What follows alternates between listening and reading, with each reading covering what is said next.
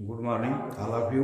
भाई बहनों, इस कोविड-19 महामारी के चलते इस बार पुनः हम लोग एक बार फिर से आप लोगों के लिए ऑनलाइन क्लासेस व्यवस्था शुरू करने का प्रयास कर रहे हैं। इसी कड़ी में आज प्रथम दिन आप लोगों के लिए रसायन विज्ञान कक्षा 10वीं के भाई बहनों के लिए रसायन विज्ञान में इकाई नंबर 1 जिसे कहते हैं रासायनिक पदार्थ प्रकृति एवं व्यवहार इकाई का नाम है। और इस इकाई के अंतर्गत पहला लेसन है रासायनिक अभिक्रियाओं के उनके प्रकार, chemical reactions and types of chemical reactions, अर्थात रासायनिक अभिक्रियाएं क्या हैं और रासायनिक अभिक्रियाएं कितने प्रकार की होती हैं। तो इस रासायनिक अभिक्रियाओं के अंतर्गत जो हमारी हेडिंग है, लेसन तो है ये कि रासायनिक अभिक्रियाएं एवं उनके प्रकार के अंतर्गत प्रथम हेडिंग है रासायनिक अभिक्रियाएं अर्थात केमिकल रिएक्शंस। तो हम लोग इसमें ये जानने का प्रयास करेंगे कि रासायनिक अभिक्रियाएं क्या होती हैं। तो रासायनिक अभिक्रियाएं वे अभिक्रियाएं हैं जिनके कारण या इन अभिक्रियाओं में पदार्थों के संगठन एवं गुण तथा संरचना में परिवर्तन हो जाता है, अर्थात वह पदार्थ जो है उसका संगठन बिगड़ जाता है, बदल जाता है और गुण में परिवर्तन हो जाता है तथा संरचना में भी परिवर्तन हो जाता है। इन्हें ही रासायनिक अभिक्रियाएं कहा जाता है। ये रासायनिक अभिक्रियाएं जो होती हैं वह दो प्रकार की होती हैं। एक तो नाभिकीय अभिक्रिया होती है, दूसरा रासायनिक अभिक्रिया। नाभिकीय अभिक्रिया को हम न्यूक्लियर रिएक्शंस कहते हैं और जबकि रासायनिक अभिक्रिया को केमिकल रिएक्शंस कहते हैं। तो नाभिकीय अभिक्रिया में परमाणु का नाभिक भाग लेता है, जिसमें कि उसके नाभिक में उपस्थित प्रोटॉन और न्यूट्रॉन अर्थात भाग लेते हैं और इस अभिक्रिया के फलस्वरूप परमाणु की संरचना में परिवर्तन हो जाता है। जबकि रासायनिक अभिक्रिया में किसी तत्व के परमाणु के वायतम कक्ष में उपस्थित इलेक्ट्रॉन भाग लेते हैं। इस रासायनिक अभिक्रिया के फलस्वरूप उस पदार्थ के संगठन एवं संरचना में परिवर्तन होता है। तो इस प्रकार से भैया बहनों, हम लोग इस चैप्टर में रासायनिक अभिक्रियाओं के बारे में पढ़ेंगे।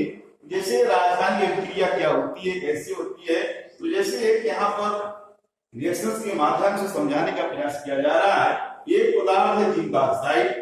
इस जिंक ऑक्साइड को जब सल्फ्यूरिक अम्ल के साथ अभिक्रिया कराई जाती है तो बनता है जिंक सल्फेट प्लस H2O। अब यहाँ पर हमें यह देखना है कि ये पदार्थ जिंक ऑक्साइड है। इस जिंक ऑक्साइड अर्थात इस अभिक्रिया में रासायनिक अभिक्रिया में पदार्थ का परमाणु भाग ले रहा है और पदार्थ का अणु भाग ले रहा है।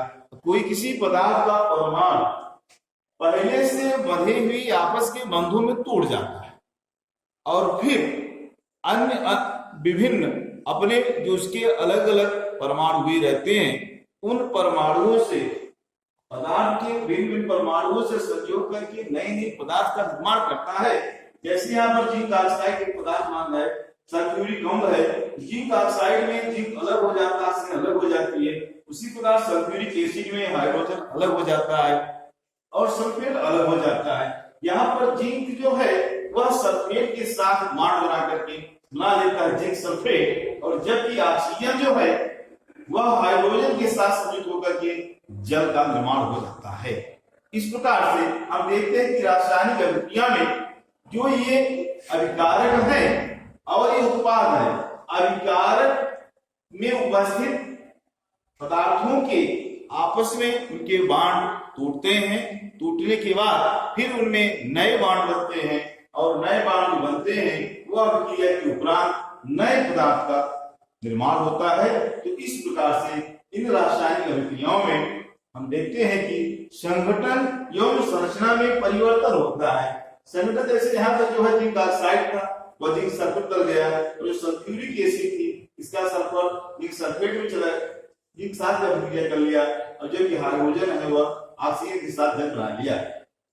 अब बात आती है कि रासायनिक अभिक्रियाएं होती क्यों हैं। तो भैया बहनों, रासायनिक अभिक्रियाएं जो हैं वे तत्व जो होते हैं, परमाणु जो होते हैं, वे यौगिक जो हैं, यौगिक में उपस्थित तत्व जो परमाणु होते हैं वे अपने को अस्थायित्व प्रदान करना चाहते हैं। जब उनमें अस्थायित्व आ जाता है तो वे अभिक्रियाएं नहीं करते हैं।